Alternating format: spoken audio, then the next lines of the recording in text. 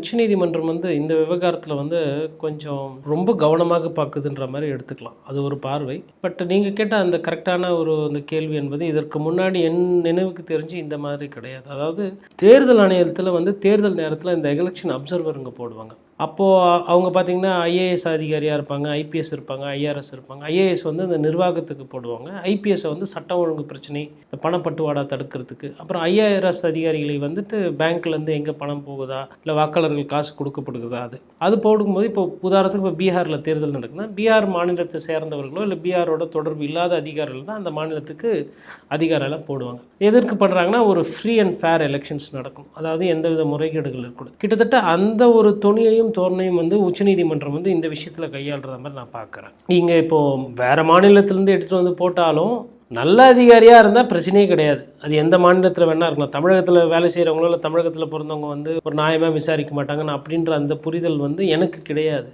But உச்சநீதிமன்றத்துக்கு அந்த ஒரு புரிதலுக்கு அவங்க போகிறாங்க. அதுக்கு மேபி இந்த பழக்க வழக்கங்கள் தேர்தல் ஆணையத்திடம் இருக்கிறது. அப்படி இருக்கும்பொழுது அந்த மாநிலத்தை சாராதவரோ இல்லை தமிழ்நாடோட தொடர்பு இல்லாத ஒரு ஆள் இதை விசாரித்தால் இதில் அதனுடைய உண்மைத்தன்மை வரும் அப்படின்றது ஒரு புரிதல்.